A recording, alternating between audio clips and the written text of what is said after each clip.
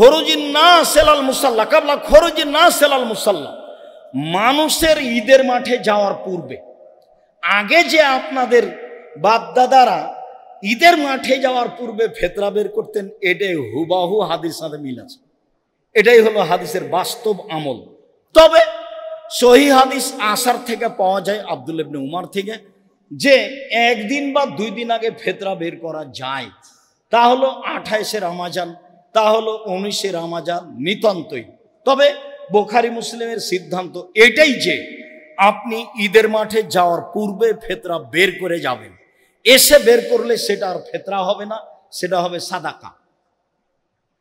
সেটা আবার জাকাতুল ফিতরা হলো না, যেটা আপনার সিয়ামকে পবিত্র করার জন্য পূর্বেই করতে হবে, শস্য দিয়েই করতে হবে। নিতান্তই আগে চাইলে 1 দিন 2 দিন আগে। 15 রমজান থেকে ফিতরা বের করার তো প্রশ্নই আসে না। মসজিদ ভর্তি হয়ে গেছে ঢাকায়, দেখেন 15 রমজান থেকে। ধর্ম নিজের মতো, ধর্ম নিজের মতো। হাজি ক্যাম্পে উঠেছি তো এখন বলছে লাব্বাইক আল্লাহুম্মা লাব্বাইক। শেষ হলো তো আমি বলছি ভাইজান এখানে বলাচ্ছেন কেন? ও তো যখন এহরাম বাঁধবে, এলামলামে যখন বিমান পৌঁছিবে, জিদ্দায় নামার পূর্বে তখন বলবে। তখন বলছে যে বাড়ি থেকে বললেও হবে। কি উত্তর দিবেন বলেন? তো ধর্ম তো তাদের নিজের ব্যাপার। আল্লাহ রাসূল বললেন এলামলামে ভারত, বাংলাদেশ, পাকিস্তান এমানবাসীদের জন্য, আর উনি বলছেন বাড়ি থেকে। তাহলে করার কি আছে? তাহলে প্রথম রমজান থেকে ফিতরা বের করতে পারবে, তাহলে 15 যেদিন ইচ্ছে সেদিনই করবে। রাসূল সাল্লাল্লাহু আলাইহি সাল্লাম ঈদের মাঠে যাওয়ার পূর্বে ফিতরা বের করতে বলেছেন শস্য দিয়ে। এইটাই হিসাব। সেই দিন সূর্য ডুবা পর্যন্ত যেসব ছেলে মেয়ে জন্ম নেবে তার ফিতরা দিতে হবে, ভিক্ষুককেও ফিতরা দিতে হবে। এই কথাই ঠিক। বন্টন ঈদের মাঠে যাওয়ার আগে যদি সহজ হয় করেন, যদি পরে সহজ হয় করেন। বন্টন পরিস্থিতি অনুযায়ী করবেন, এটাই ঠিক।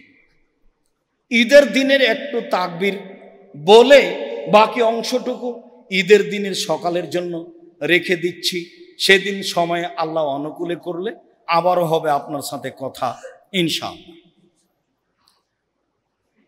ইমাম জোহরি থেকে একটি সহিহ সূত্র প্রমাণ হয় যে কানান নাসু ইকাব্বিরুনা হিনা ইয়াখরুজুনা মিন মানাজিলিহিম, ঈদুল ফিতরে মানুষ তাকবীর বলতো যখন ঈদের সলাতে যাওয়ার জন্য বাড়ি থেকে বের হতো, হাত্তা ইয়াতুল মুসাল্লা, ঈদের মাঠে আসা পর্যন্ত।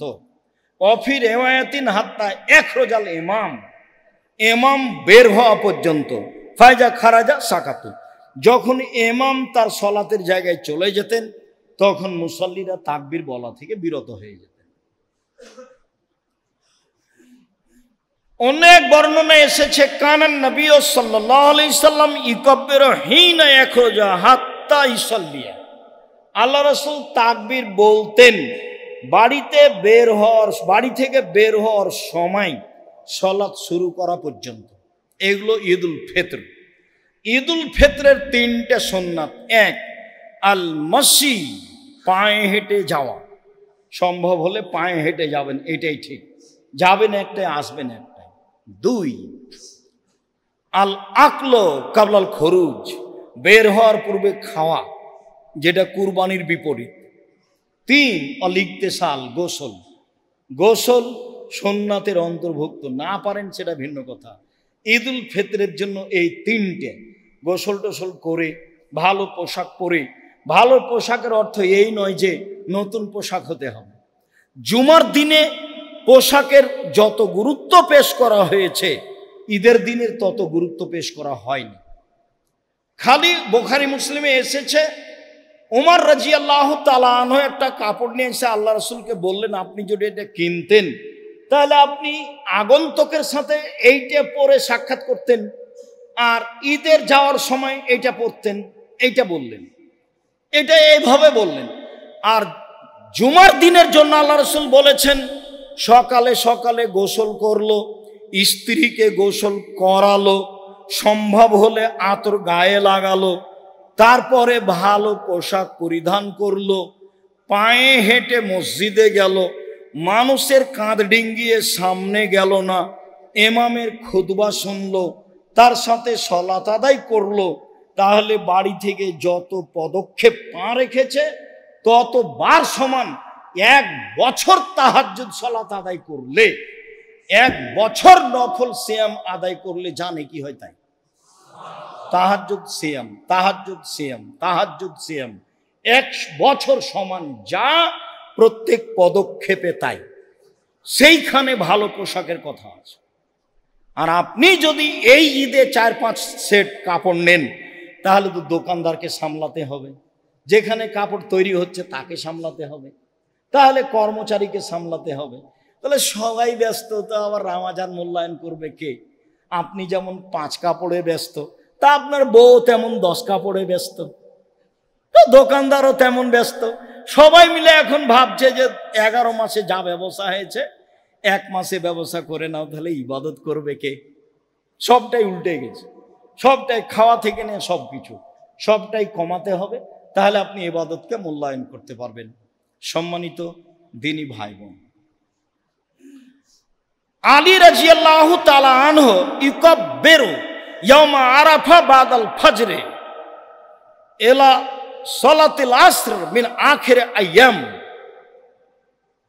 কুরবানির ঈদে আলী রাদিয়াল্লাহু তাআলা আনহু আরাফার দিন তাকবীর পাঠ করেন আইয়ামে তাশরিক পর্যন্ত, অর্থাৎ ঈদের 3 দিন পর পর্যন্ত। আবু হুরায়রা রাদিয়াল্লাহু তাআলা আনহু আর আব্দুল্লাহ ইবনে উমর ইয়াখরুজানে ইলা সুকে ফি আইয়ামিল আসরে, কুরবানির 1 থেকে নিয়ে 13 তারিখ পর্যন্ত 10 তারিখ পর্যন্ত তারা বাজারের দিকে যেতেন। ওয়ায়ুকাব্বিরানে, দুইজনই তাকবীর পাঠ করতেন। ওয়ায়ুকাব্বিরুন নাসু বে তাকবীরে হেমা, জনগণও তাদের তাকবীরের সাথে তাকবীর পাঠ করত। তাহলে কুরবানির দিন কুরবানিতে তাকবীর হলো একেবারে ঈদুল আজহার 1 তারিখ থেকে নিয়ে 13 তারিখ পর্যন্ত, এক টানা 13 তারিখ আসর সালাত পর্যন্ত। আর ঈদুল ফিতরে তাকবীর হলো বের হওয়া থেকে ঈদের মাঠ পর্যন্ত, সালাত পর্যন্ত। 1 হাদিসে বের হওয়া থেকে ঈদের মাঠ পর্যন্ত, আর 1 হাদিসে বের হওয়া থেকে নিয়ে সালাত পর্যন্ত। এ হলো তাকবীর। বিষয়গুলি ভালোভাবে মনে থাকে যেন। সব তাকবীরেই হাত উঠাতে হবে সেই কথাটি পরে। এখানে আরেকটি জরুরি কথা, যে কি তাকবীর পড়ব, তাকবীর কি হবে আমাদের। আল্লাহ তাআলা বলছেন, ফাদকুরুল্লাহা ইনদাল মাশারিল হারাম, তোমরা কুরবানির দিন মাশারে হারামে আল্লাহকে ডাকো। যারা হজ করতে যায় তাদেরকে বলছে। মাশারে হারাম আছে মুজদালিফায়, ভিড়ে আপনি খুঁজে পাবেন না, পরের দিন দেখে আসিয়েন, নাহলে আগের দিন দেখে আসেন। লেখা আছে মসজিদ ও মাশারে হারাম, ওখান থেকেই আপনার রাস্তা একটু ব্যাক করে ঘুরে পাথর মারতে যেতে হবে। এইটা আরাফা থেকে আস্তে আস্তে বলতে গেলে একটা শেষ পর্যায়ে, এটা হলো মাশআরে হারাম। এখানে আশেপাশে হাতিকে ঠেকিয়ে দেওয়া হয়েছিল। আল্লাহ এখানে আল্লাহকে ডাকতে বলছেন। আল্লাহ বলছেন, ফাদকুরুহু মা হাদাকুম, তোমরা তাকবীর পাঠ করো যেভাবে আল্লাহ তোমাদেরকে শিখিয়ে দিয়েছেন। আল্লাহ তাআলা বলছেন, ওয়াদকুরুল্লাহা ফি আইয়ামিম মাদুদাত, এই দিনগুলিতে তোমরা আল্লাহকে ডাকো, জিকির করো। কি দিয়ে ডাকবো, কি দিয়ে জিকির করব? তাতে স্পষ্ট প্রমাণ আছে এইটুকু, যে আব্দুল্লাহ ইবনে উমর ইউকাব্বিরু, আব্দুল্লাহ ইবনে উমর ফি আইয়ামিত তাশরিক, তাশরিকের দিনগুলিতে বলতেন, আল্লাহু আকবার, আল্লাহু আকবার, লা ইলাহা ইল্লাল্লাহ, আল্লাহু আকবার, আল্লাহু আকবার, ওয়ালিল্লাহিল হামদ। পরে ও আল্লাহু আকবার, আল্লাহু আকবার, লা ইলাহা ইল্লাল্লাহ, আল্লাহু আকবার, আল্লাহু আকবার, ওয়ালিল্লাহিল হামদ। হাদিস সহিহ। এইটুকু বোঝা যায় স্পষ্ট। আল্লাহু আকবার কাবীরা, আলহামদুলিল্লাহ কাসীরা, সুবহানাল্লাহ বুকরাতান ওয়া আসীলা, এইটা আমরা এ যাবত প্রমাণ করতে পারি না। এইটা থেকে আপনাকে বিরত থাকতে হবে সারা দুনিয়া বললেও। তাহলে আপনি জিকির কি করবেন? তো জিকির করেন তাহলে, যেহেতু আয়াত দ্বারা প্রমাণ। জিকির কি? সবচেয়ে উত্তম জিকির লা ইলাহা ইল্লাল্লাহ, আফজালুজ জিকিরে লা ইলাহা ইল্লাল্লাহ, সবচেয়ে উত্তম জিকির হচ্ছে লা ইলাহা ইল্লাল্লাহ। বলেন তাহলে কুরবানির 1 তারিখ থেকে ঈদের দিন সকাল থেকে বলেন লা ইলাহা ইল্লাল্লাহ, লা ইলাহা ইল্লাল্লাহ, লা ইলাহা ইল্লাল্লাহ বলেন। সবচেয়ে উত্তম জিকির হচ্ছে সুবহানাল্লাহি ওয়া বিহামদিহি সুবহানাল্লাহিল আযীম, সুবহানাল্লাহি ওয়া বিহামদিহি সুবহানাল্লাহিল আযীম। সবচেয়ে উত্তম জিকির হচ্ছে সুবহানাল্লাহি আলহামদুলিল্লাহি ওয়া লা ইলাহা ইল্লাল্লাহ আল্লাহু আকবার। সবচেয়ে উত্তম জিকির হচ্ছে সুবহানাল্লাহি ওয়া বিহামদিহি, যেটার 100 বারের হিসাব আছে, সুবহানাল্লাহি ওয়া বিহামদিহি। এ হলো জিকির। তাহলে স্পষ্ট জিকির আব্দুল্লাহ ইবনে উমর থেকে এইটা, আল্লাহু আকবার, আল্লাহু আকবার, লা ইলাহা ইল্লাল্লাহ, আল্লাহু আকবার, আল্লাহু আকবার ওয়ালিল্লাহিল হামদ, আল্লাহু আকবার কবীরা, আলহামদুলিল্লাহি কাসীরা, সুবহানাল্লাহি বুকরাতাও ওয়া আসীলা বলা থেকে বিরত থাকবেন। আরো 5 জনকে বলতে নিষেধ করবেন, কেন এটা ইবাদত, আমার আর আপনার ইচ্ছা চলে না। যেহেতু আল্লাহকে আল্লাহ নিজে ডাকতে বলছেন যে এই দিনগুলিতে আল্লাহকে ডাকো, জিকির করো, তাহলে তো উত্তম জিকির আছে লা ইলাহা ইল্লাল্লাহ, বলেন সেটার প্রমাণ আছে জিকির হিসাবে। সবচেয়ে জিকির যাতে 4টা কালেমা আছে, সুবহানাল্লাহি আলহামদুলিল্লাহ লা ইলাহা ইল্লাল্লাহ আল্লাহু আকবার, এটা হলো আপনার ঢাল যা থেকে বিপদে বাঁচা যায়, এটা হলো পিছন দিক থেকে ঢাল যাতে শত্রু পিছন দিকে ধরতে না পারে, এটা হলো স্থায়ী শতামল সুবহানাল্লাহি আলহামদুলিল্লাহ লা ইলাহা ইল্লাল্লাহ আল্লাহু আকবার। এটার গুণ হলো 3টে। একটা, সামনে থেকে শত্রু আপনাকে ধরতে পারবে না, এটা ঠেকাবে। 2, পিছন দিকে শত্রু আপনার আসতে পারবে না, এ ঠেকাবে, জাহান্নাম থেকে বাঁচাবে। 3, এটা হলো স্থায়ী শতামল। আর ভারী জিকির নেকির পাল্লাই সুবহানাল্লাহি ওয়া বিহামদিহি সুবহানাল্লাহিল আযীম। আর একবারে সাগরের সমান যদি পাপ হয়, ফেনার সমান, সবও মুছে যাবে। সেটা কি? 100 বার সুবহানাল্লাহি ওয়া বিহামদিহি সুবহানাল্লাহি ওয়া বিহামদিহি সুবহানাল্লাহি ওয়া বিহামদিহি সুবহানাল্লাহি জিকির হিসাবে নেন। তাহলে জিকির হিসাবে আমি এইগুলো নিতে পারি, আর সরাসরি আব্দুল্লাহ ইবনে ওমর থেকে যা প্রমাণ হলো তা নিতে পারি। সালাতের পরে আপনাদের সাথে বসে সিদ্ধান্ত নিব আমি ঈদের দিন ঈদের সালাত কয়টায় হবে। অনুমান করছি 7:30টায় বা 7:15টায়, গত বছর অনুযায়ী। কথা শেষে আপনাদের সাথে হবে। বলছিলাম সম্মানিত দিনী ভাই বোন, রামাজানকে মূল্যায়ন করার 1 নম্বর পথ সিয়াম থাকা। রামাজানকে মূল্যায়ন করার 2 নম্বর পথ দান করা। এইটা ইবাদত, এবং পৃথিবীতে সবচেয়ে শক্তিশালী ইবাদত, কম হোক বেশি হোক যার যা সম্ভব। ভালো জায়গাতে দান করিয়েন, দান যেন আবার পাপের কারণ না হয়। এইটা হলো রমজান মাসের দ্বিতীয় গুরুত্বপূর্ণ কাজ। আল্লাহর নবী রমজান মাসে পূর্ব দিকের বাতাসের চেয়ে বেশি দানশীল ছিলেন। কেমন কি? এটা আপনার কি দিয়ে বুঝাবো? পূর্ব দিকের বাতাসের চেয়ে বেশি দানশীল ছিলেন, মানে খুব বেশি দান করতেন রমজান মাসে। 3 হলো জিকির, কোরআন তেলাওয়াত। 4 হলো জিকির, আর 5 হলো ইস্তেগফার। ইস্তেগফার কি? আস্তাগফিরুল্লাহ ওয়া আতুবু ইলাইহি, আস্তাগফিরুল্লাহ আল্লাযী লা ইলাহা ইল্লা হুয়াল হাইয়ুল কাইয়্যুম ওয়া আতুবু ইলাইহি, রব্বিগফিরলি ওয়া তুব আলাইহি ইন্নাকা আনতাত তাওয়াবুল গফুর। আর না হলে আল্লাহুম্মা আনতা রাব্বি লা ইলাহা ইল্লা আনতা খালাকতানি, সাইয়্যিদুল ইস্তেগফার। এ হলো ইস্তেগফার।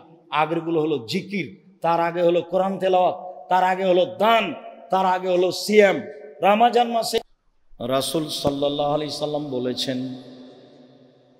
আজান দেওয়ার সময় আকাশের দরজা খুলে দেওয়া হয়। ওই সময়ে যা দোয়া করা হয় তা কবুল করা হয়।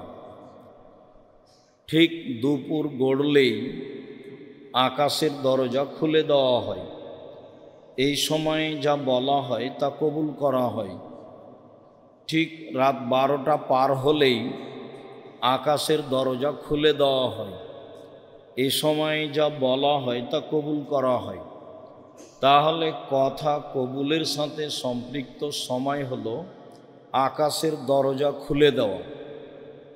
আর আমরা একাধিক দিন অবগত হয়েছি যে রমজানের শুরু থেকে নিয়ে শেষ পর্যন্ত আকাশের দরজা খোলা থাকে। শুধু তাই নয়, জান্নাতের দরজা খোলা থাকে, যদিও কেউ এখন জান্নাতে যাবে না।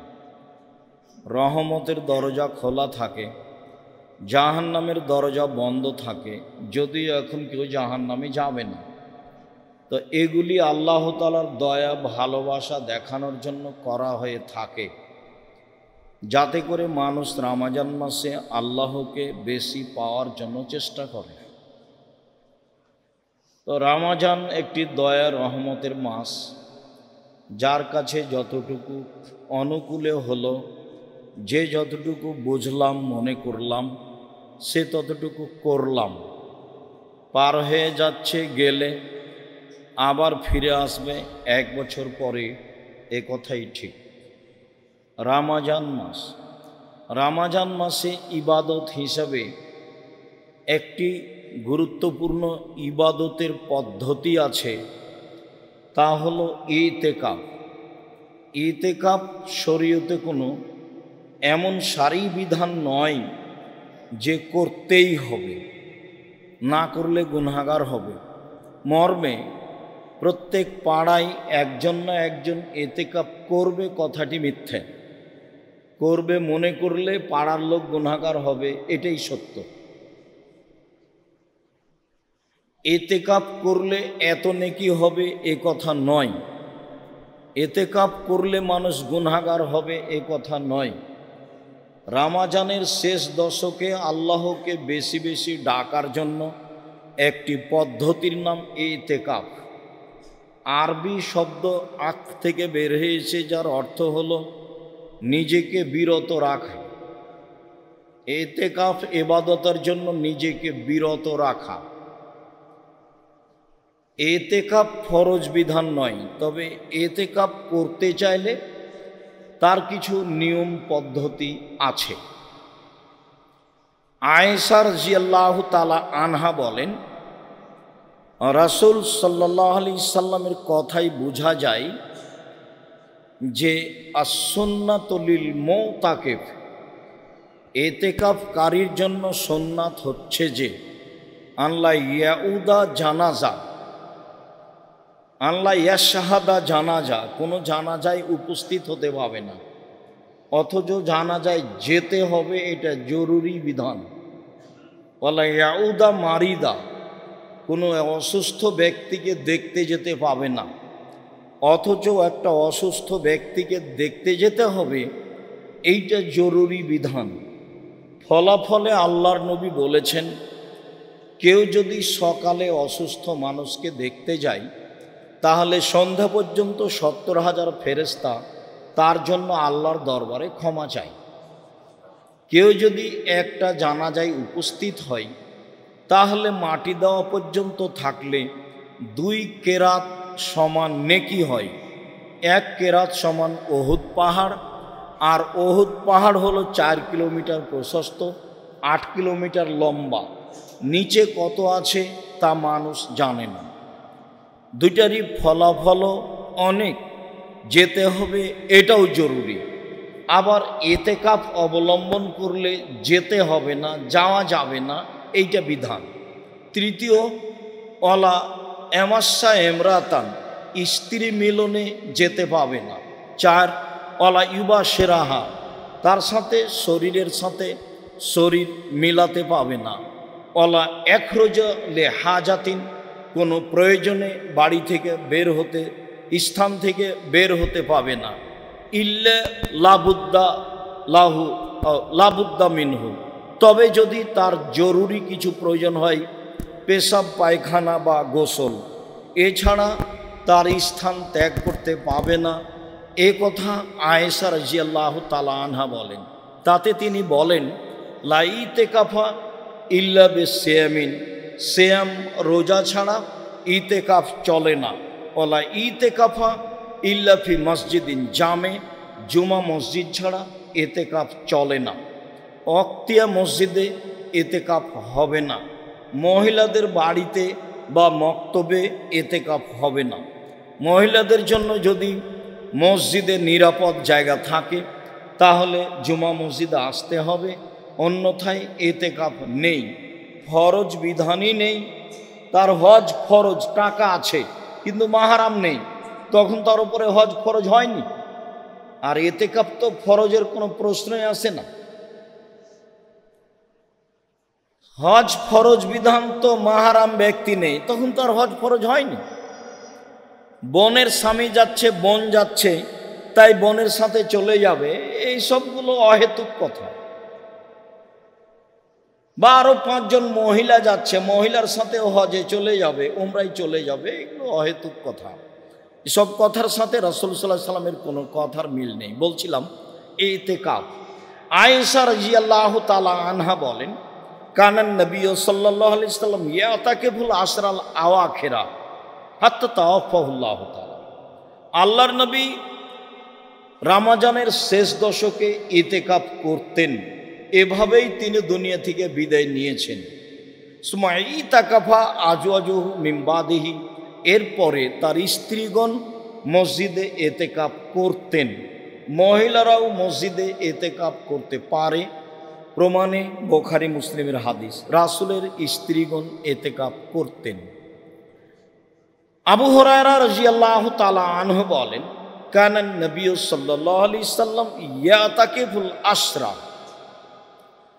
আল্লাহর নবী নিয়মিতই রমজানের শেষ দশক ইতিকাফ করতেন। তবে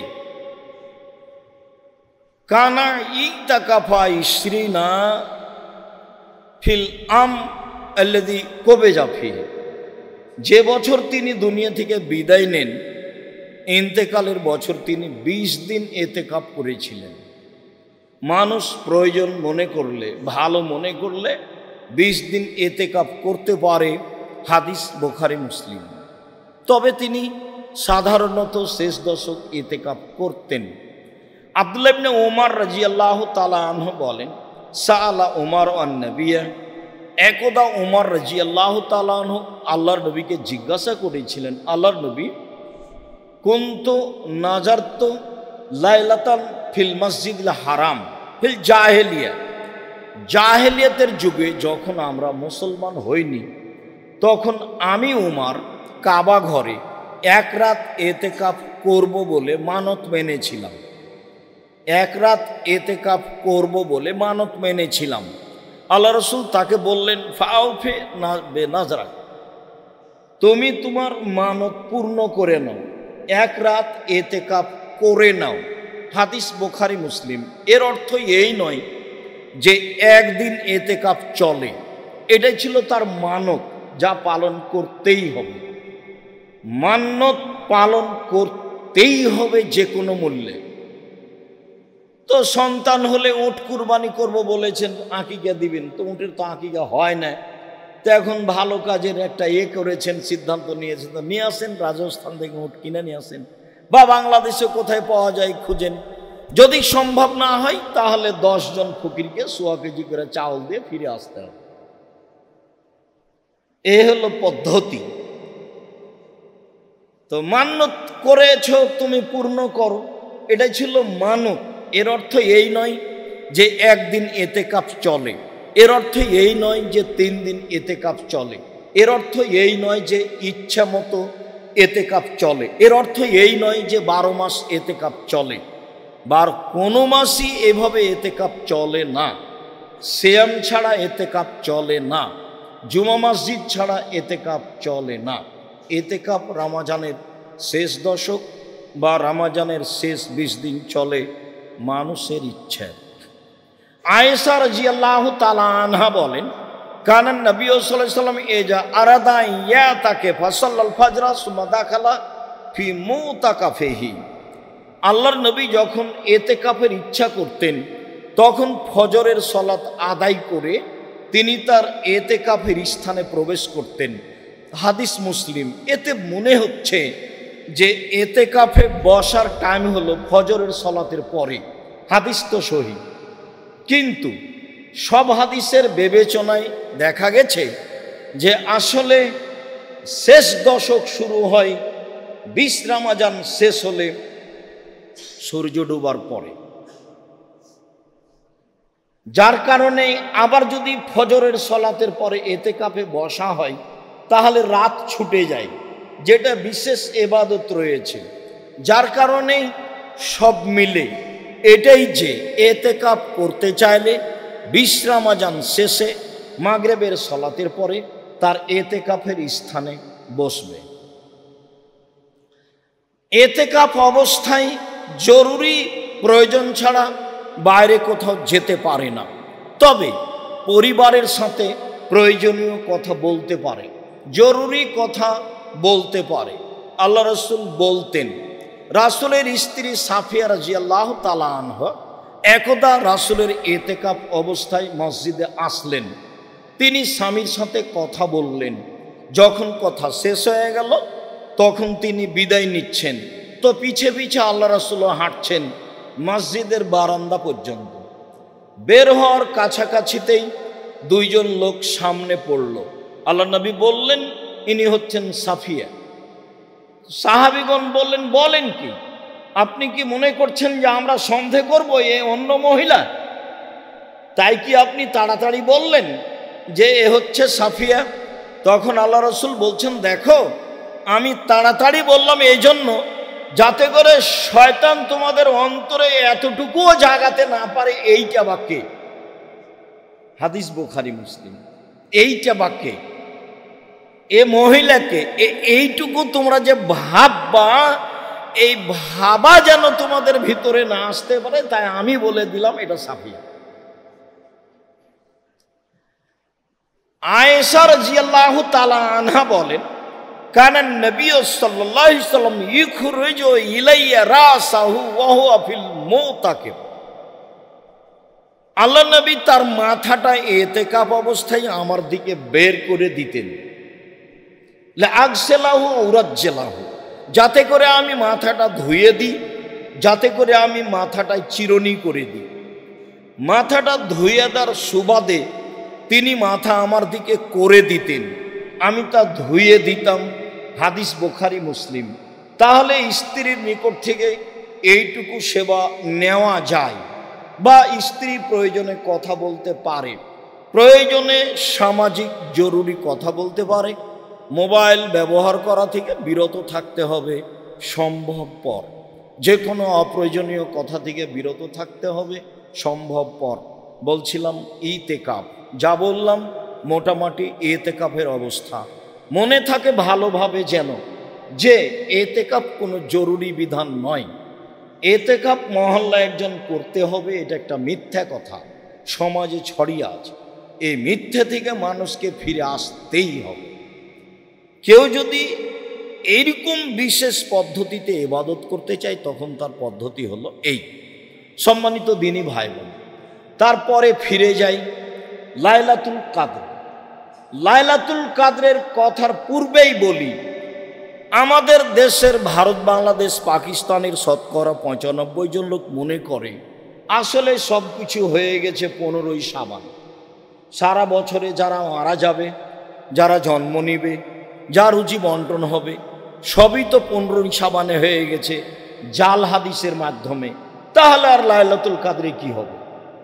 অথচ বোঝা যাচ্ছে যে সব কিছুই হলো লাইলাতুল কাদরে। এই কথাটা ভালোভাবে মনে রাখতে হবে যে ১৫ই শাবান কিছু না, যা প্রমাণ আছে সব জাল হাদিস।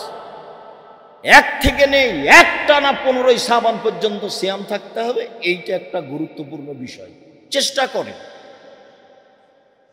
কে আপনাকে প্রতারণা দিল যে ১৫ই শাবানে রুজি বন্টন হয়? তো রিক্সাওয়ালা তো রিক্সা ছাড়া বাদ দিয়ে একবারে সারা রাত গোসল করে আতর গোলাপ মেখে লেগে আছে, জেগে আছে, তো কই রিক্সাই চালাচ্ছে সারা বছর। এইগুলো নয়। হ্যাঁ, সব কিছুই হয়, এ কথাই ঠিক। তা হয় লাইলাতুল কাদরে। চলেন লাইলাতুল কাদর। আল্লাহ তাআলা বলেন, ইন্না আনজালনাহু ফি লাইলাতুল কাদর, নিশ্চয় আমি কোরআন অবতীর্ণ করেছি কদরের রাতে। খোলা কথা কোরআন মাজিদ। ওমা আদরাকা মা লাইলাতুল কাদর, মুহাম্মদ সাল্লাল্লাহু আলাইহি সাল্লাম আপনি কি বলতে পারেন কদরের রাত কি? আমি বলি, লাইলাতুল কাদর খায়রুম মিন আলফি শাহর, কদরের রাত হচ্ছে ১০০০ মাসের চেয়ে উত্তম। ১০০০ মাস ইবাদত করলে যা নেকি হবে, লাইলাতুল কাদরে ইবাদত করলে তার চেয়ে বেশি নেকি হবে। লাইলাতুল কাদরের আরো বিশেষত্ব, তানাজ্জালুল মালায়েকাতুর রূহ ফিহা, সে রাতে জিবরাইল এবং ফেরেশতাগণ অবতীর্ণ হন। কত হন তা উল্লেখ করা হয়নি, হাজারো লাখো কোটি হতে পারে, সবই হতে পারে।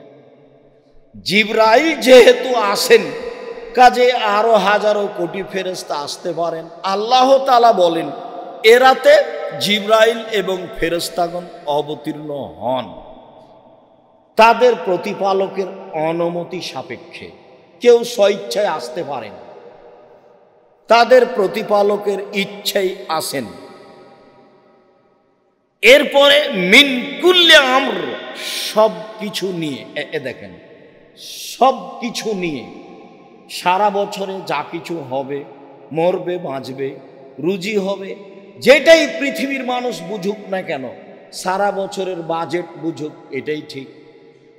সারা বছরের বাজেট নিয়ে ফেরেশতা এই রাতে নেমে আসেন, যা আল্লাহ তাআলা বলেন সালামুন হিয়া হাত্তা মাতলাইল ফাজর, এই রাত শান্তিপূর্ণ থাকে ফজর পর্যন্ত, রাতটি শান্তিপূর্ণ থাকে ফজর পর্যন্ত। তাহলে জিবরাইল সহ ফেরেশতাগণ এ রাতে ফজর পর্যন্ত অবস্থান করেন, যা বোঝা যায়।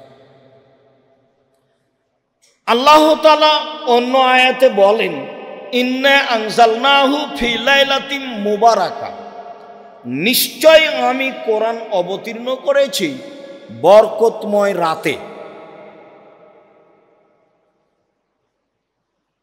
ইন্না কুন্না মুনজিরিন, এ দিয়ে আমি মানুষকে সতর্ক করতে চাই, কোরআন দিয়ে না হলে রাত দিয়ে।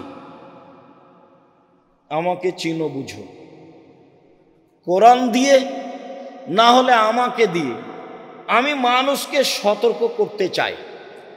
ফিহা ইউফরাকু, এ রাতে চূড়ান্ত সিদ্ধান্ত নেওয়া হয়, কুল্লু আমরিন হাকিমিন, প্রত্যেক জ্ঞান সম্পন্ন বিষয়ের। তাহলে সূরা কাদরে আছে মিন কুল্লি আমর, সব কিছু নিয়ে, আর এখানে হলো ফিহা ইউফরাকু, চূড়ান্ত সিদ্ধান্ত নেওয়া হয় এ রাতে, কুল্লু আমরিন হাকিম, জ্ঞান সম্পন্ন সব কাজের। এমনি অহেতুক কোনো কাজ সেখানে সিদ্ধান্ত হয় না, অহেতুক কোনো কর্মের সিদ্ধান্ত হয় না। তাই বিজ্ঞান জ্ঞান সম্পূর্ণ প্রত্যেক কাজের এ রাত্রে চূড়ান্ত সিদ্ধান্ত নেওয়া হয়, এ কথা আল্লাহ তাআলা বলেন লাইলাতুল কদর। আয়েশা রাদিয়াল্লাহু তাআলা আনহা বলেন কানান নবী সাল্লাল্লাহু আলাইহি সাল্লাম ইয়াজতাহিদু ফিল আসরিল আওয়াখির মা লা ইয়াজতাহিদু ফি গায়রিহা, আল্লাহর নবী রমজানের শেষ দশকে লাইলাতুল কদর যেভাবে চেষ্টা করে খুঁজতেন, অন্য দিনে মাসে তা করতেন না। আয়েশা রাদিয়াল্লাহু তাআলা আনহা বলেন তাহাররাউ লাইলাতুল কদরে ফিল আসরিল আওয়াখিরে ফিল বিত্রে মিন রমজানা, রমজানের শেষ দশকে বিজোড় রাতে রাত লাইলাতুল কদর, কদরের রাত তল্লাশি চালাও। পৃথিবীর মানুষ তোমরা কদরের রাতের তল্লাশি চালাও রমজানের শেষ দশকের বিজোড় রাতে, এ কথা আয়েশা রাদিয়াল্লাহু তাআলা আনহা বলেন। আয়েশা রাদিয়াল্লাহু তাআলা আনহা বলেন কানান নবী সাল্লাল্লাহু আলাইহি সাল্লাম ইজা দাখালাল আসর সাদ্দা মিজারাহু ওয়া আহিয়া লাইলাহু ওয়া আইকাজা আহলাহু, যখন রমজানের শেষ দশক আসত তখন তিনি লাইলাতুল কদরের তল্লাশির জন্য লুঙ্গি গুটিয়ে নিতেন, মানে শক্ত প্রস্তুতি নিতেন। রাতে জেগে থাকতেন, পরিবারকে জাগাতেন, রাতে জেগে থাকতেন, পরিবারকে জাগাতেন। বিজোড় রাতের কথা তিনি বললেও তিনি নিজে 10 রাতে প্রাণপণে চেষ্টা করেছেন লাইলাতুল কদরকে খুঁজতে, যা বোঝা যায়। আয়েশা রাদিয়াল্লাহু তাআলা আনহা বলেন আমি বললাম, আল্লাহর নবী, আরাইতা ইন আলিম তো আইয়ু লাইলাতিন লাইলাতুল কাদরে মা আকুলু ফিহা, আমি যদি বুঝতে পারি কোনটা লাইলাতুল কাদর, তাহলে আমি কি বলবো? তখন আল্লাহ রসুল বললেন, কুলি, তুমি বলবা ইন্নাকা আফুব্বুন তুহিব্বুল আফওয়া ফাফু আন্নি, আল্লাহ তুমি ক্ষমাশীল, ক্ষমাকে ভালোবাসো, আমাকে ক্ষমা করো। যেহেতু তুমি নিজেই ক্ষমাশীল, ক্ষমাকেই ভালোবাসো, আমাকে ক্ষমা করো, যেটা কাজ তোমার সেটা করো। আমিও বলছি, আল্লাহুম্মা ইন্নাকা আফুব্বুন তুহিব্বুল আফওয়া ফাফু আন্নি, হে আল্লাহ তুমি ক্ষমাশীল, ক্ষমাকে ভালোবাসো, আমাকে ক্ষমা করো। এই কথা রাসূল সাল্লাল্লাহু আলাইহি সাল্লাম আয়েশা রাদিয়াল্লাহু তাআলা আনহাকে বলে দিলেন লাইলাতুল কাদর। আবু সাঈদ খুদরি রাদিয়াল্লাহু তাআলা আনহু বলেন, রাসূল সাল্লাল্লাহু আলাইহি সাল্লাম বলেছেন, ইন্নী উরিতু লাইলাতুল কাদরে, আমাকে লাইলাতুল কাদর দেখানো হয়েছে, আমি দেখেছি। আল্লাহ নবী বলছেন, আমি লাইলাতুল কাদর দেখেছি, তবে ইন্নী নুসিতুহা, আমাকে ভুলিয়ে দেওয়া হয়েছে। আমি এখন নিশ্চিত বলতে পারছি না যে কদরের রাত কোনটি, 27 রমজান নাকি, এটা একটা আস্ত পাগলাম। এইভাবে পটকা ফুটিয়ে মাইকিং করে বক্তব্য দিয়ে লাইলাতুল কাদর 27 রমজান জাগতে হবে, একাধিক বুখারী মুসলিমের হাদিসের বিরোধী আমল। আর কি যে বুঝছে, ভোর রাত থেকে মাইকে চিল্লাচ্ছে, গাজাল পড়ছে, বক্তব্য দিচ্ছে, তো আপনার একটা বিবেচনা থাকা দরকার। তোমার মাথাতে কি একটু কিছুই নাই? একটুকু আল্লাহ ঘেলু দেয়নি? কত মানুষ ইবাদত করছে, তুমি যে চিল্লাচ্ছ তা তোমার অসুবিধা হয় না মানুষের? তুমি এটা অনুভব করো না? আপনারা আশেপাশে দেখলে তাকে বলেন, আপনার ইতস্তবোধ হয় না কেন? আপনার বোধগম্য হয় না কেন? আপনার বোধোদয় হয় না কেন? আপনার মানবতা নাই কেন? পাশে আর একটা মানুষ সালাত আদায় করছে, কেমনে করে? আপনি এখানে বক্তব্য দেন মানে? চিৎকার করে ইবাদত করতে নিষেধ করা আছে, তুমি কি একাই দুনিয়াতে আছো যে তুমি এভাবে গাজাল বলছো? কি বুঝাতে চাচ্ছ? যার 30 মিনিট আছে, আর 1 ঘন্টা আছে, আর আজানের 5 মিনিট আছে, সব প্রতারণা, সব নগদ মিথ্যে, রাসূলের উপর অপবাদ। আল্লাহ রাসূল বলছেন যে খানা হাজির হয়ে গেছে, আজান হয়েছে, খাও। তাহলে ও যে বললো নিষেধ, তো এটাকে তার পৈতৃক সম্পত্তি, তার বাবার সম্পত্তি। কে ওকে বলল যে এখন নিষেধ? কেন বলবে? কোন সাহস তার? কে তাকে সাহস দিল? ধর্মের নামে প্রতারক, জীবনবাজি রেখে দলবল সহ এভাবে ধর্মের নামে প্রতারণা দিয়ে যাচ্ছে। যুদ্ধ করে আসছি 90 সাল থেকে, বলেছি নির্ধারিত সময়ের 30 সেকেন্ড আগে রোজা ইফতার করতে হবে। এখন শেষ পর্যন্ত এই বছর যা বলছিলাম সেটাই মানুষ গ্রহণ করবে, সবই করবে সময়ের গতিতে। আজকেই করতে পারে, হয় শরমে করে না, হয় লজ্জায় করে না, আর না হলে বুঝতে পারে না সেজন্য করে না। বুঝতে পারে না এ কথাটা আমি বলি না, বুঝতে পারে। অনেকেই বড় বড় বিদ্বান রয়েছে, হয় শরমে করে না, আর না হলে কেমনে বলি এতদিন করেছি একটা, এখন করবো আরেকটা, একটা কিছু আছে এরকম। কেন এভাবে ইবাদত করবে মাইকে? কেন এভাবে চিৎকার করবে? আর 5 মিনিট, আর 10 মিনিট, আর 1 মিনিট। আল্লাহ নবী বলছেন খাদ্য উপস্থিত হয়েছে, খাও। আজান হয়েছে, খাও, খেয়ে সলাতে যাও। হাদিস তো বুখারী মুসলিম। সম্মানিত দ্বীনী ভাই বোন, লাইলাতুল কাদর আমাকে ভুলিয়ে দেওয়া হয়েছে লাইলাতুল কাদর কোনটি।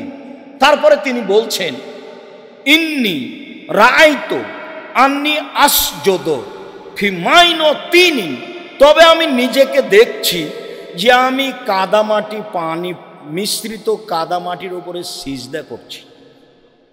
এটা আমি দেখছি নিজেকে, এই কথা তিনি বলছেন। তারপরে বলছেন যে কানা সাকফুল মসজিদ জারিদার নাখলে, সেই দিন ছিল মসজিদের ছাদটা খেজুর গাছের ডাল, মানে খেজুর গাছের ডাল দিয়ে ছাওয়া ছিল। তাহলে কি বুঝলাম? মানে পানি হলে বাহিরে যা পড়বে ভিতরে তার চেয়ে বেশি পড়বে। কিভাবে ভিতরে বেশি পড়বে? বাহিরে বন্ধ হয়ে গেলে পানি শেষ, আর এখানে আরো কিছুক্ষণ টপ টপ করে পানি পড়বে, যেগুলো ডালের সাথে লেগে আছে, যেগুলো ডালের সাথে লেগে আছে। মা নারা ফি সামায়ে শায়ান, সেদিন আকাশে কোনো কিছু ছিল না। রাতে হঠাৎ একটা মেঘ দেখা গেল, ফম তেরো না, বেশ বৃষ্টি হয়ে গেল।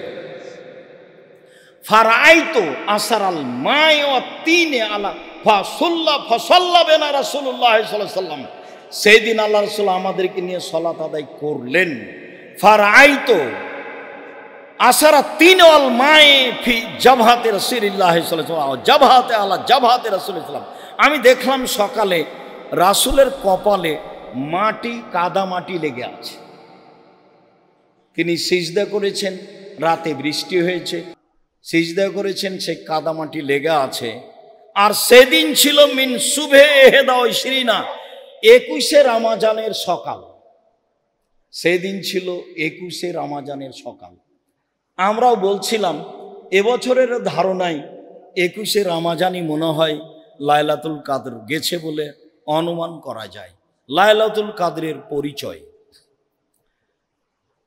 আব্দুল্লাহ ইবনে আব্বাস রাদিয়াল্লাহু তাআলা আনহু বলেন, রাসূল সাল্লাল্লাহু আলাইহি সাল্লাম বলেছেন, লাইলাতুল কাদরে লাইলাতুন সামহাতুন বালজাতুন তালকা।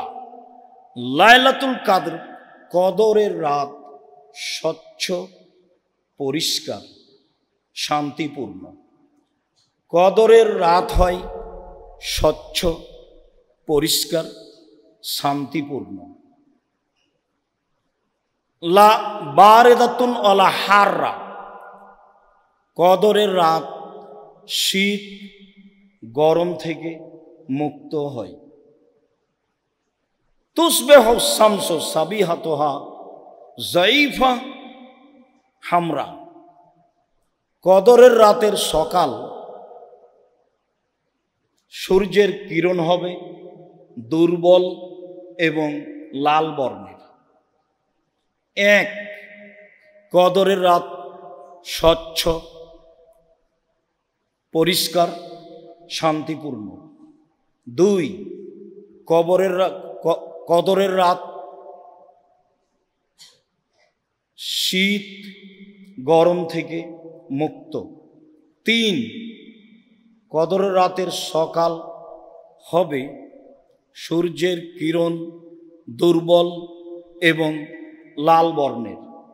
চার, কদরের রাত হবে কান্না ফিহা কামারান, মনে হবে রাতটা চন্দ্রের মতো উজ্জ্বল। চন্দ্রময় রাত যেমন উজ্জ্বল তেমন উজ্জ্বল হবে। চন্দ্র রাতে থাকবে এ কথা নয়, চন্দ্রময় রাত যেমন উজ্জ্বল রাতটি হবে তেমন উজ্জ্বল।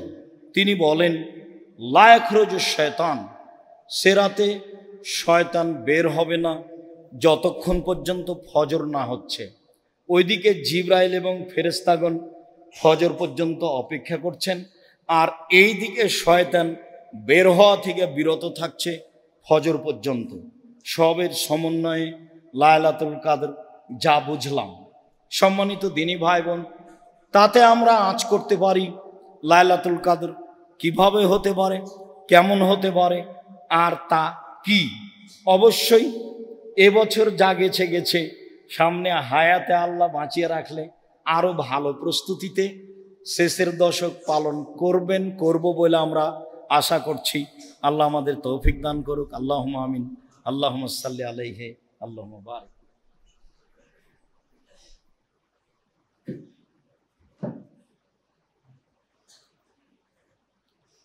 আলহামদুলিল্লাহ ওয়াহদা ওয়াসসালাতু ওয়াসসালামু আলা মান লা নাবিয়্যা বা'দা। আব্দুল্লাহ ইবনে উমর রাদিয়াল্লাহু তাআলা আনহু বলেন, ফারাজা রাসূলুল্লাহ সাল্লাল্লাহু আলাইহি সাল্লাম যাকাতাল ফিতরে সাআন মিন তামারিন আও সাআন মিন শাইরিন, এক সা খেজুর অথবা এক সা গম ফরজ করেছেন ফিতরার যাকাত। যাকাতুল ফিতর, ফিতরার যাকাত। আলাল আবদে ওয়াল হুররে, দাস দাসীর ওপরে, স্বাধীন মানুষের উপরে। দাস দাসীর ওপরে, স্বাধীন পুরুষ নারীর উপরে। আলা যাকারে ওয়াল উনসা, স্বাধীন পুরুষ স্বাধীন নারীর উপরে। অসাগিরে ওয়াল কাবিরে, ছোটর উপরে বড়র উপরে, মিনাল মুসলিমিনা, যারা মুসলিম। যার কারণেই বিদ্বানগণ বলতে চেয়েছেন যে ছোট মানে কত ছোট? ছোট মানে ঈদের মাঠে যাওয়ার পূর্বে যার জন্ম সেও একটা হলো এইটা, আর আরেকটা হলো যেহেতু সূর্য ডুবে গেলে রমজান শেষ হয়ে গেছে, অতএব সূর্য ডুবা পর্যন্ত যার জন্ম তার ফিতরা দিতে হবে। 1 সা 2.5 কেজি, 1 সা 2.5 কেজি। ইরাকের হিসাবে 3.25 কেজির ভাগে অর্ধেকের মূল্য থেকে বিরত থাকতে হবে। সময়ের গতিতে বলছি ইনশাআল্লাহ। সম্মানিত দিনী ভাই বোন, অত্র বুখারী মুসলিমের হাদিসে রাসূল সাল্লাল্লাহু আলাইহি সাল্লাম সকল পুরুষ নারী, দাস দাসী, ছোট বড় সবার উপরে যাকাতুল ফিতর ফরজ করেছেন। ভিক্ষুককেও যাকাতুল ফিতরা দিতে হবে, যে ভিক্ষা চাই তাকেও দিতে হবে। আর কারণ এটাই, আব্দুল্লাহ ইবনে আব্বাস রাদিয়াল্লাহু তাআলা আনহু বলেন, ফারাজা রাসূলুল্লাহ সাল্লাল্লাহু আলাইহি ওয়াসাল্লাম যাকাতাল ফিতরে তোহরান লিসিয়ামে মিনাল লাগবি ওয়ার রাফাসে। সিয়ামটাকে অশ্লীল কথা ও কর্ম, অপছন্দ কথা ও কর্ম থেকে পবিত্র করার জন্য। মানুষ হিসাবে কিছু যদি ঘটে থাকে তো ফিতরা দিয়ে আল্লাহ ওটা পার করে দিবেন, সেই জন্য। অত মাতাল্লিল মাসাকিন, আর ফকির মিসকিনের খাদ্যের জন্য। তো আমিও বাঁচলাম, ফকির মিসকিনও বাঁচলাম। আমারও সুবিধা হলো যে এ দিয়ে আমার সিয়ামটা পবিত্র হয়ে গেল, আর ফকির মিসকিনেরও সুবিধা হলো, এ দিয়ে তার একটা রুজির ব্যবস্থা হলো। এই কথা রাসূল সাল্লাল্লাহু আলাইহি সাল্লাম বলেন। আবু সাঈদ খুদরি রাদিয়াল্লাহু তাআলা আনহু বলেন, ফারাজা রাসূলুল্লাহ সাল্লাল্লাহু আলাইহি সাল্লাম যাকাতাল ফিতরে, আল্লাহর নবী ফিতরা ফরজ করেছেন। সান মিন তামিন, 1 সা খাদ্য, আও সান মিন তামরিন, 1 সা খেজুর, আও সান মিন শাইরিন, 1 সা জব গম, আও সান মিন আকেতিন, 1 সা পনির, আও সান মিন জাবিবিন, 1 সা কিশমিশ। প্রথম শব্দটা আছে খাদ্য। এখন কেউ যদি মনে করে যে আমি 2.5 কেজি সেমাই কিনে দিব, দিলে ভুল হবে তা নয়, দিতে পারে। তো সমাজের ফকির মিসকিনের যেটাতে উপকার হবে সেটাই দিবে, এটাই মূলত ভালো। তবে যেহেতু খাদ্যের কথা এসেছে, কাজেই ও যা খায় সেটাই দিবে, এটাই ঠিক। যেহেতু খাদ্যের কথা এসেছে, কাজে এখানে নতুনভাবে যেন টাকা না ঢুকতে পারে। চলেন, টাকা যে চলবে না কিয়ামত পর্যন্ত তার জাজল্য প্রমাণ। আবু সাঈদ খুদরি এই পর্যন্ত বলার পরে বলেন, ফালাম নাজাল নুখরিজু, এইভাবে ফিতরা দিয়ে আসি, দীর্ঘদিন থেকে দিয়ে আসছি, রাসূলের যুগ থেকে 1 সা করে এগুলো দিয়ে আসছি। ফাকাদেমা মুআবিয়াতু মিনাস শাম হাজ্জানা মুতামিরান, একদা সিরিয়া থেকে মুআবিয়া আসলো হজের উদ্দেশ্যে অথবা উমরার উদ্দেশ্যে। তখন মুআবিয়া সিরিয়ার দায়িত্বশীল, অর্ধ পৃথিবীর খলিফা, কুশাগর বুদ্ধিজীবী, রাজনীতিবিদ ওমর বুঝছিলেন মুআবিয়ার বুদ্ধির অভাব নেই, মুআবিয়ার নেতৃত্ব দেওয়ার অভাব নেই। মুআবিয়া সুযোগ্য, সুদক্ষ, সুপণ্ডিত এবং চৌকুশ নেতা। কাজেই তাকে একটা বিশাল ভূখণ্ডের মালিক না করলে আসলেই তাকে পরিস্থিতি অনুযায়ী ঠেকিয়ে রাখা কঠিন। সুচিন্তিত মানুষ, বিশাল এলাকার তাকে মালিক করে রাখলেন, তা হলো সিরিয়া। একদা সিরিয়া থেকে আসলেন মুআবিয়া, ফাকাল্লামা নাস আলাল মিম্বারে, এসে তিনি মিম্বরের উপরে উঠে মানুষের সামনে বক্তব্য দিলেন। ফাকানান ফিমা কানান নাসা, সেদিন তিনি বক্তব্যে যা বলেছিলেন তাতে তিনি বলেছিলেন যে ইন্নি আরা, আমি মনে করি, তিনি বলছেন ইন্নি আরা, আমি মনে করি যে আন্না মুদ্দাইনমিন সামারাই শাম, সিরিয়ার 2 মুদ অর্ধ সা গম, তা দিল শান মিন তামারিন, মদিনার 1 সা খেজুরের সমান আমি মনে করি। এই কথা মুআবিয়া রাদিয়াল্লাহু তাআলা মিম্বারের উপরে ঘোষণা দিলেন। যেহেতু সিরিয়ার গমের দাম বেশি আর মদিনার খেজুরের দাম কম, তাহলে দাম অনুপাতে করলেন। এই কথাটা আবার মনে রাখতে হবে শেষে গিয়ে। আমি মনে করি, ইন্নি আরা, আমি মনে করি যে সিরিয়ার 2 মুদ অর্ধ সা গম মদিনার 1 সা খেজুরের সমান। ফা খাজা না সবে জালেকা, মানুষ তখন বলল আচ্ছা ঠিক আছে, খুব ভালো কথা, তাহলে আমরা গম দিলে অর্ধেক দিব, অর্ধ সা দিব। মানুষ এটা গ্রহণ করে নিল। ফাম্মা আনা, এবার আমি আবু সাইদ খুদরি বলছি, তবে আমি ফালা আজালা উখরেজুহু কামা কুনতু আখরাজুহু ফি আহাদি নবী সাল্লাল্লাহু আলাইহি ওয়াসাল্লাম আবাদান, আমি রাসূলের যুগে 1 সা বের করতাম, সর্বদা বের করব, মা ইস্ত, যতদিন বেঁচে থাকবো। তবে আমি, মানুষ তো মুআবিয়া রাদিয়াল্লাহু তাআলার এই রায় সিদ্ধান্তকে গ্রহণ করে নিল, যেটা তিনি বললেন আমি মনে করি, তো মানুষ গ্রহণ করে নিল। মানুষ তো করেই, ভারত বাংলাদেশ পাকিস্তানের শতকরা 95 জন মানুষ করেছে, করছে। এখন আপনি দেখছেন আপনার পাশে, হয়তো বা আপনিও তার মধ্যে একজন। তো মুআবিয়া রাদিয়াল্লাহু তাআলা বলছেন যে যতদিন আমি হায়াতে বেঁচে থাকবো 1 সা দিব। কাল রাজুলুন মিনাল কওমি, একটা লোক পাশ থেকে বলল, কেন মুদ্দানে মিন কামহিন, অর্ধ সা গম দিলে হবে না? তখন তিনি বলছেন লা কিমাত মুআবিয়া, আরে এইটা তো মুআবিয়ার মূল্য হিসাব, লাখ ভালো হওয়া আমল বেহা, না আমি কখনো মানব না আমি কখনো আমল করব।